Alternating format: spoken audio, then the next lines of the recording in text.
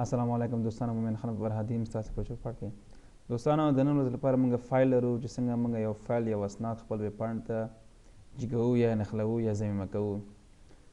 فایل د ورکړیز عنصر د فرمې او د عنصرونو د جملې څخه دی چې د فایلونو او اسنادونو د انتخاب لپاره استعمالیږي.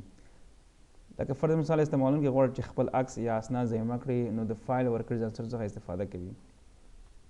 سټرکچر دوستانو انپوټ ټایپ مساوي کیږي د فایل سره.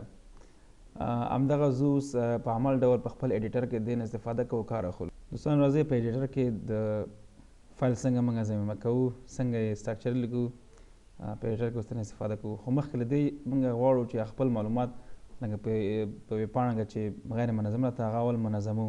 نو د هغې د منظموالي لپاره زه یو ټیبل جوړوم.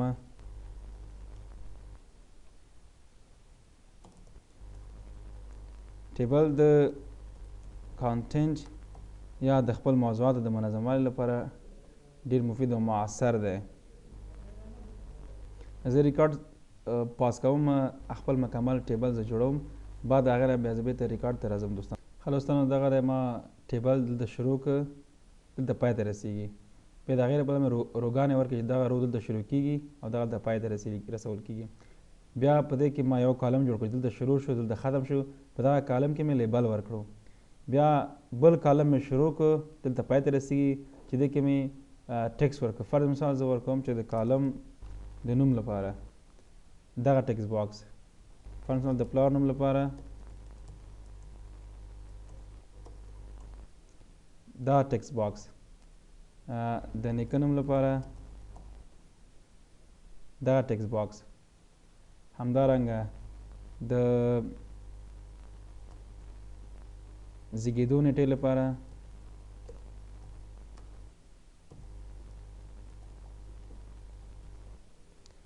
دا به زه ډیټ کوم چې تاریخ شي.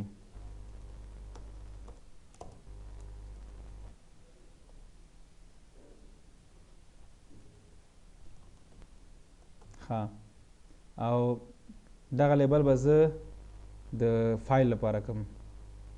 مثلا کوئ چې خپل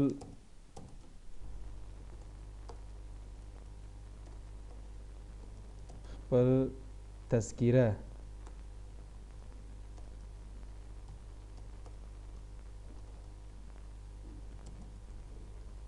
انتخاب کړئ.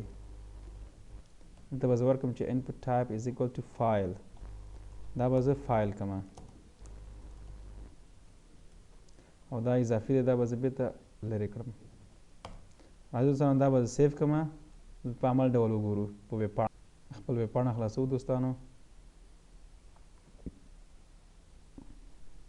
ګورې منظم شو. نوم فرض مثال احمد، د پلار نوم محمود، د نیکه نوم علي، د زوکړې ورځ فرض مثال نن، فرض مثال که نه. خپل فایل انتخابوو. فرض مثال دا زما تذکیره ده، فرض مثال تذکیره. دغه زموږ فایل چې څنګه فایل انتخابوو، فقط همغه input type مې ولیکو او فایل مې ورکړو.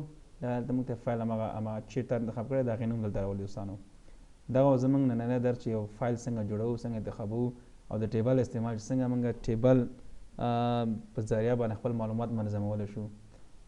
دې کې ځینې ګډوډیانې اوس هم شته دوستانو، خو دا ورو په ورو انشاءالله تاسو به کار وکړم، دا هر څه به سم شي او په منظم ډول به جوړ شي. څنګه اوس چې ابتدا ده نو ابتدا کې نه کېږي چې مکمل ټول شیان تشریح شي. مننه، ښه وخت، سلام علیکم.